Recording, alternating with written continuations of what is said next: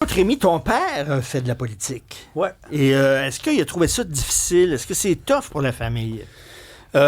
Écoute, moi, mon père a été député du Bloc québécois à Ottawa. Il me disait toujours, j'ai l'impression qu'au Québec, on parle pas de politique fédérale. Donc, je peux même pas imaginer ce que c'était que d'être le fils, que c'est encore, qu'être le fils de François Legault. Par contre, il y a un truc que j'ai jamais raconté. En 2021, mon père, il s'est fait élire, donc pour le Bloc québécois dans Trois-Rivières. En 2021, moi, j'avais pas de carrière encore. Donc, mon père, il m'a demandé de l'aider à faire du porte-à-porte, d'aller distribuer des dépliants, chose que j'aurais refusé s'il avait osé me le demander à la dernière élection, disons-le ainsi. Mais en 2021, je me suis rendu dans une épicerie à Trois-Rivières. On attendait les gens quand ils arrivaient et quand ils sortaient. Et à un moment donné, il y a un homme qui sort en colère et qui fonce vers mon père avec ses 2 sacs d'épicerie puis 2 jeunes enfants à côté. Puis il dit, vous autres, le Bloc québécois, hein? Pendant la COVID, vous étiez où, vous autres? Et il était devant mon père, vraiment prêt là, à lui sacrer un coup de poing d'en face. Et moi, je me suis avancé, parce que tu laisses pas ton père manger un poing en pleine face, et mon père m'a demandé de reculer. Et mon père n'avait pas encore été élu. Et je me suis dit, waouh, ça va être dur. Ça va être dur, la politique. C'est dur. Moi, j'ai eu une pensée aujourd'hui, presque toute la journée, pour la famille de François Legault. Pendant son discours, ça a été très discret, très subtil, mais c'était beau. Quand il a dit, il s'est retourné vers sa femme à ce moment-là, qui était à sa gauche, il a dit, tu sais, ça n'a pas été évident pour nos 2 garçons, nos 2 petits gars. Il les appelait. Puis il a dit, tu sais, il est remonté jusqu'à l'école secondaire. Il a dit, à l'école secondaire, nous, on a lancé le parti. Puis tu sais, déjà là, ils se faisaient achaler. Ils se sont fait achaler dans leur milieu de travail.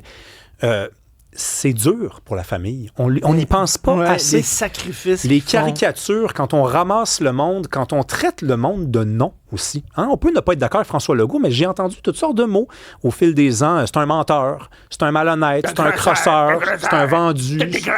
C'est un... Ces gens-là font de leur possible. Moi, j'y crois pour vrai qu'ils font ça pour les bonnes raisons. La grande majorité. Ils font ça parce qu'ils veulent changer le monde. Et les politiciens qui disent, moi, je vais me faire filmer en train de pelleter ou de creuser un trou ou de colmater des nids de poules. Qu'est-ce que t'en penses? Bon, on la met dessus à l'écran, la photo. C'est Soraya Martinez-Ferrada qui, lundi soir... C'est ridicule. Donc, ce qui est ridicule dans cette histoire-là... Denis Coderre avait fait la même maudite affaire. Ouais. Tu sais, Denis Coderre avait fait la même maudite affaire. Denis Coderre, il avait mis le kit au complet. Là. Il avait mis le kit orange au complet de Gilles Duceppe, qui avait mis le casse de bain à l'usine.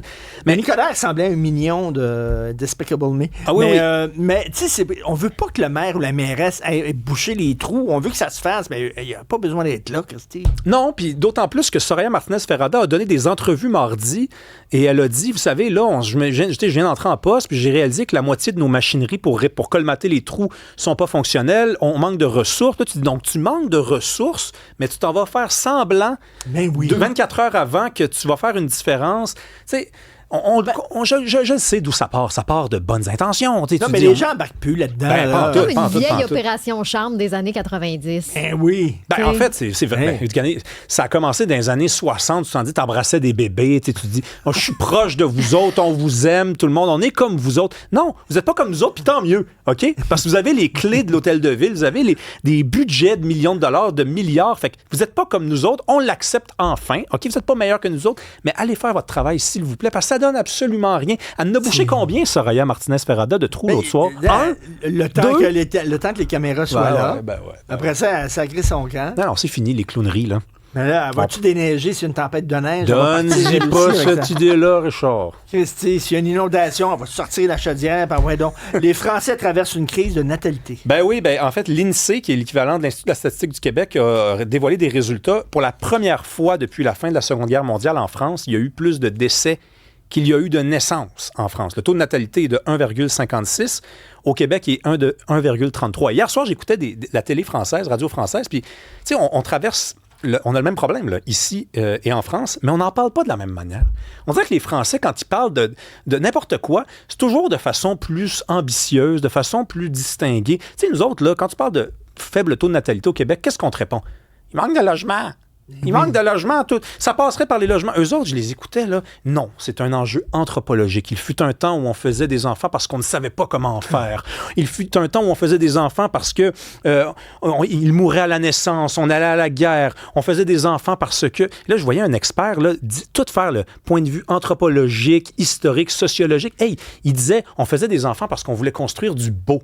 J'ai jamais entendu ça de ma vie sur un plateau de télé au Québec ou sur un plateau de radio. Ils disaient, il manque de logement. On n'a pas d'enfants parce qu'il manque de logement. Ça coûte trop cher. J'ai même entendu cet expert-là dire, on faisait des enfants dans le temps parce qu'on était en amour. Puis il dit, aujourd'hui, on n'est plus en amour. Puis on en parle tout le temps. Genre, les jeunes baissent plus, les jeunes sortent plus, les jeunes n'ont plus d'amis, les jeunes sont derrière leurs écrans, les jeunes passent plus de temps à la maison, les jeunes parlent plus. J'étais là hier pour te dire ça. Eux autres, ils disent, mais pour faire des enfants, il faut être en amour. Parce que tu veux rester, tu veux survivre, tu veux subsister, tu crois en l'avenir, etc. Ben c'est que, en fait, tu fais des enfants quand ce que tu vis et ce qui t'entoure, tu te dis, je ne devrais pas être le seul à pouvoir profiter de ça, mais l'offrir à quelqu'un d'autre. Mais quand tu n'aimes plus le monde dans lequel tu vis, peut-être que, dans le fond, tu n'as pas envie de l'offrir aux autres. Mais le monde est quand même beau. Il ne faut pas exagérer non plus. Là, hein? Je veux dire, il y a des gros problèmes, mais regardez autour de vous. Là. Il y a des belles affaires que vous devriez offrir aux autres. Et ce soir, qui tu reçois à ton émission? Ben, on a une grosse émission politique, évidemment. Là, Antonine Iaccarini, Denis Trudel, on va analyser la grosse nouvelle de la journée, la démission de François Legault. Mais on va parler de vélo également, parce qu'il y a des cyclistes qui ne sont pas contents. Hein? C'est 500 millions de dollars sur 10 ans, le budget là, consacre au vélo, mais ils ne sont pas contents. Il n'y a pas assez de pistes cyclables, c'est ça? Pas, en tout cas, selon Vélo Québec, je les reçois tout à l'heure. Écoute, je sais pas si je devrais dire ça en public, mais écoute, je vais le dire. Parce que, tu sais, tantôt, François Legault a dit « Ah, c'est dur pour nos enfants », puis tout ça, puis sa compagne a dit « Ouais, mais ça les rend plus forts. » Je sais, tu connais, toi, personnellement, un des fils de Legault. Ouais. C'est un de tes amis, un des deux. Ouais. Il a trouvé ça comment, lui, la politique, lui? Ben, ça n'a pas été évident. Ça, c'en est un, notamment, qui, dans son milieu de travail que je n'identifierai pas, non. ça lui arrivait de recevoir des commentaires déplacés. Puis, je pense, en fait, que la vie commence souvent après la vie politique pour des enfants de politiciens. Parce qu'avant ça, t'es un peu comme en cage. T'as pas toutes les possibilités devant toi. On te dessine souvent un avenir dont t'as pas envie. Pense aux fils de Daniel Johnson. Ils ont été un petit peu obligés de considérer la possibilité d'en faire de la politique. L'enfant de Jean Charest a été un petit peu obligé de considérer la possibilité d'en faire et il en fera. Il va se présenter dans Verdun pour le Parti libéral. C'est le secret le moins bien gardé au Québec. Mais les enfants de François Legault, je pense que la vie commence. Parce que je sais qu'ils ne veulent pas en faire. Ça les a... D'ailleurs, on les a vus une fois. Et oui. Ben, d'ailleurs, ils ont été très, très discrets et M. Legault et Mme Bray les ont protégés, leurs enfants. Ben, je pense que c'est au micro de Sophie Durocher qu'il l'avait dit, d'ailleurs. Il s'était parlé. François Legault avait négocié avec sa femme que le soir du 7 octobre 2018, il présente ses enfants aux caméras, mais après, c'était terminé.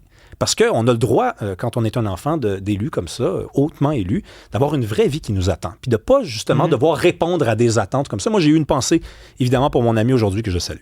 Et j'allais prendre une bière une fois avec toi et il était là, un des fils de Legault. Chic type. Ben oui. Vraiment chic type. Ben il n'a pas parlé de son père la soirée. Non. Merci beaucoup. Merci, salut.